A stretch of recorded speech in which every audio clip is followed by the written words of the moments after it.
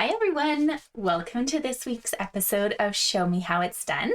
I'm your host, Lauren Urbonis with Lauren's Scraplot, and if you are in Canada, I am happy to send you a catalog or help you out with anything that you need here. So what I want to show you today on our episode is how to use some of your scraps from your designer series paper cutoffs to make a really fun background. You can decorate the card however you want, but these little pieces here, I want to give you the measurements for so you can use all those little extras that we often have lying around. So this bundle I have been playing with quite a bit this month. It is called the Nature's Prints bundle. So there's a really gorgeous stamp set with fun fonts.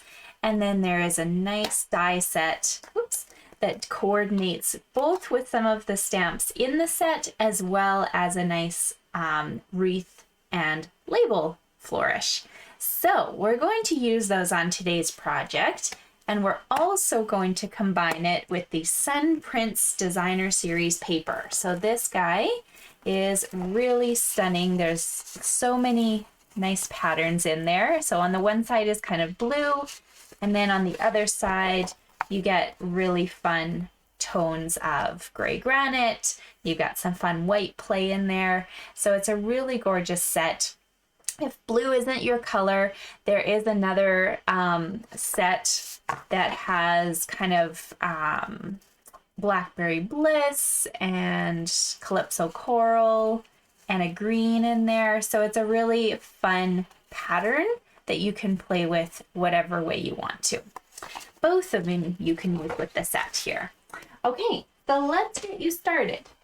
The way that I like to start is with my card base. So for today, I'm using Night of Navy, and I have cut this piece at 4 1/4 by 11, and we're putting a score mark at the 5.5 inch mark. Okay, so that is my card front. Now, I need 2 pieces of gray granite. One of them will be on the front in this little frame, and then one of them's going on the inside of my card so I have something to write on. So they are identical. They're going to be 4 by 5 1/4. And while you're cutting, you might as well cut that white piece that you saw on the inside too. So this white here is 3 3/4 by 5. Now you don't have to memorize all of these measurements. I have them all listed in the description on the video, so you can grab those and have things pre-cut, or you can always pause and replay if you're watching this later. But if you are live, I'd love to hear from you. Tell me where you're watching from and if you've tried some sort of card scrap background before. So I'm going to put the pieces on the inside of my card first. So I'm going to just start with the white. I like to use double-sided tape. That's just my thing. But of course, you're welcome to use seal or glue. Whatever your preference is totally fine. Okay, so the white and the gray granite just get layered right on top of one another. And then I'm also going to put adhesive on top of that gray because we want that snug on the inside. Now I did think maybe later it would be fun if you wanted to come back and add a little stamp to the inside of this card. If you own the Nature's Print stamp set, you could use one of the small little flowers, and that would add a nice little touch. If you don't, then that's okay. You can use anything else, something like right down here. I thought maybe this little guy would be perfect, or you can even add this like splotch of kind of ink in there. Totally up to you, and you can add that whenever you'd like. So let's move on to the front of the card. So this gray granite piece, it's your choice. You can either put it flat on the card, or you can pop it out with dimensionals, which is what I'm going to do. And that just kind of gives your card a little bit more life. We're not doing a ton of dimensionalizing. Well, I guess we are, but it's okay. It'll be pretty. So grab some dimensionals. Make sure you have quite a few because this is going to be quite a heavy little label on the front. So you do want to make sure there's quite a few of those on there. Or you can put it flat as well. So I'm popping that up on the front.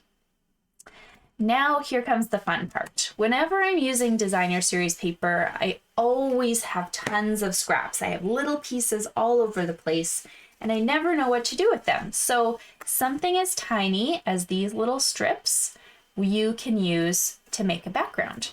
And I've just chosen, you know, 2 random pieces that I had in my stash. So let me give you the measurements for those. You're going to have 2 different color patterns, and whatever way that works for you is completely up to you. Okay, so for pattern number 1, and here, let me just show you my little note as I'm reading so this makes sense to you. Okay, here's a poker. There we go. Pattern number 1. You need 1 piece that is 2 by 3 and another piece that is 1 3/4 by 3. So that's these 2.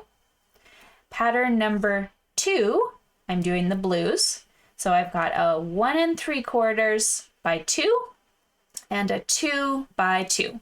Okay, so as long as you have 4 pieces, 2 different patterns, or 4 different patterns would also look great, you're good to go. So I did put this in the description. Make sure you go back and get it, or right now you can even take a screenshot, click. The only difference you'll notice is I gave you the landscape version in my little sticky because that's how I first designed it, but I really liked it in the vertical instead. So you can do either way. It will not affect your card. They'll look gorgeous. So we have 4 little pieces all ready to go, and now you get to just play. I would encourage you to put them in place before you start attaching anything, because this just makes sure that all the pieces are facing the right way, that you haven't cut anything really odd. You know, sometimes we're surprised by something and the worst thing to do is start attaching these and then find out that something doesn't fit. So mine roughly fit. You can see they're not perfectly aligned yet, but that's okay. I can start building. So I always like to start with my biggest piece because that is going to be the one that your eye kind of is naturally drawn to. So I'm going to just put that into place and make sure I'm happy with where it's sitting. Then everything after that kind of works around this piece. So the one on top of it, I want to make sure there's a little bit of space between it, but also between the sides and the top as well. Again, because this is such a finicky size, do make sure that this is facing the right way before you commit.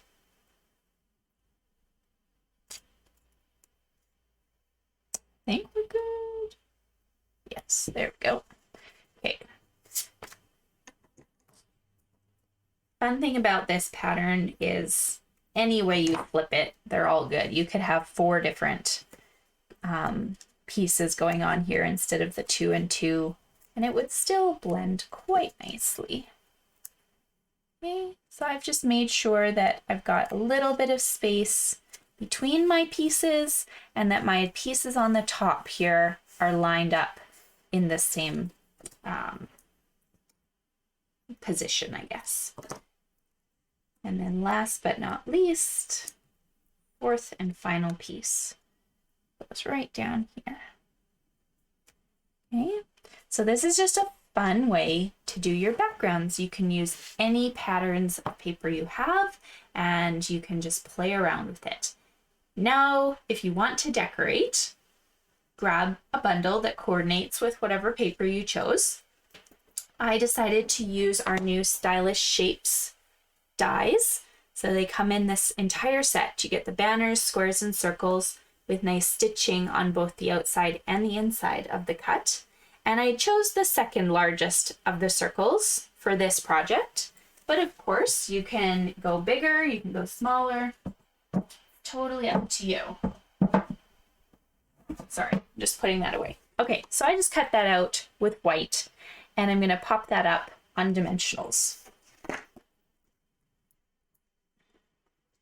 If you wanted to get fancy, you could always emboss this, but because I chose dies that covered most of my circle, I didn't need to worry about giving the circle too much character.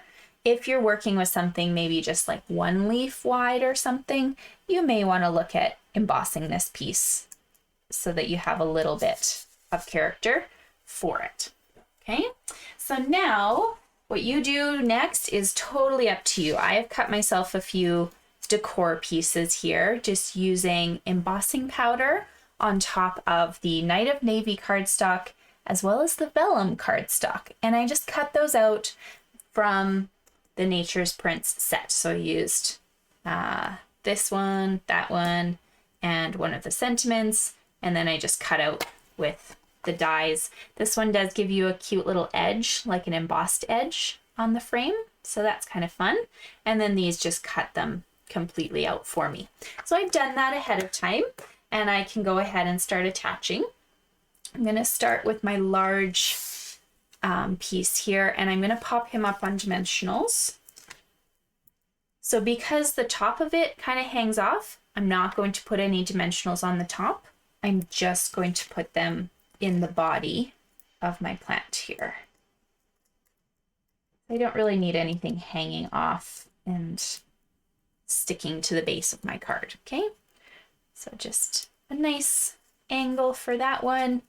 It would almost be beautiful on its own if I just wanted to put the sentiment on now, but I was having a lot of fun playing with embossing on vellum. So I went ahead and I did that.